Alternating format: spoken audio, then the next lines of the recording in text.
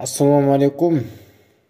Урматтуу Кыргызстан элибиздин батырлары, агай эжекелер жана маданият өкүлдөрү. Мына биздин улуу президентибиз эмгегибизди балап, айлыктарыбызды көтөрүп, эми таза иштеп, эл жерибизге кызмат кылсын деп биздин айлыктарыбызды көтөрдү. Бул мурунку биздин ага эжекелерибиздин кылган билимдери менен ушул натыйжа келип жатат деп толук ишенем. Барыңыздарга ага эжекелер, мугалимдер, маданият өкүлдөрү, барыңыздарга таза, адал, чын жүрөктөн иштеңиздер деп өтүнүп кетем.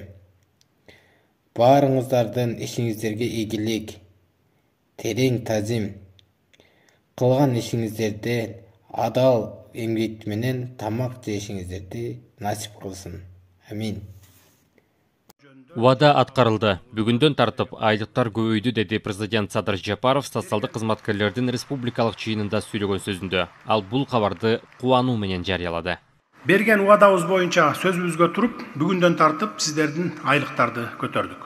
Өткөн жылы өзүңүздөр билгендей, медиктердин айлыктарын көтөргөнбүз. Мен маданият тармагынын кызматкерлеринин айлыктарынан баштагым келип турат. Менин жарлыгыма ылайык биз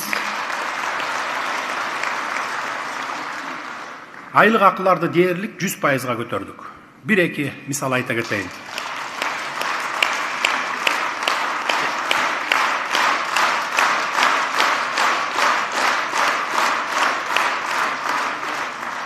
Эгерде Аламүдүн райондук борбордук китепкананын жетектөөчү китепканачысынын айлык акысы мурда 10.875 сом болсо, эми 1-апрелден баштап анын айлык акысы 21.845 сомго 2 эсеге көбөйдү.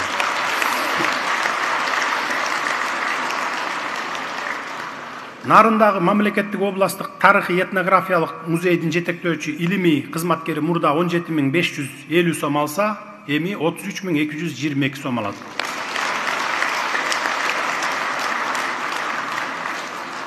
Айлык менен кошо бийик тоолуу жерлер боюнча кошумча үстөк толук сакталды. Ош академиялык Баабур атындагы театрдын актёру мурда 17.700 сом алса, эми 28.239 сом айлык алат. Республикалык Баялинов атындагы балдар китепканасынын жетектөөчү китепканачысы мурда 9.000 сом айлык акы алып келсе, эми 1-апрелден баштап 20.444 сом алат.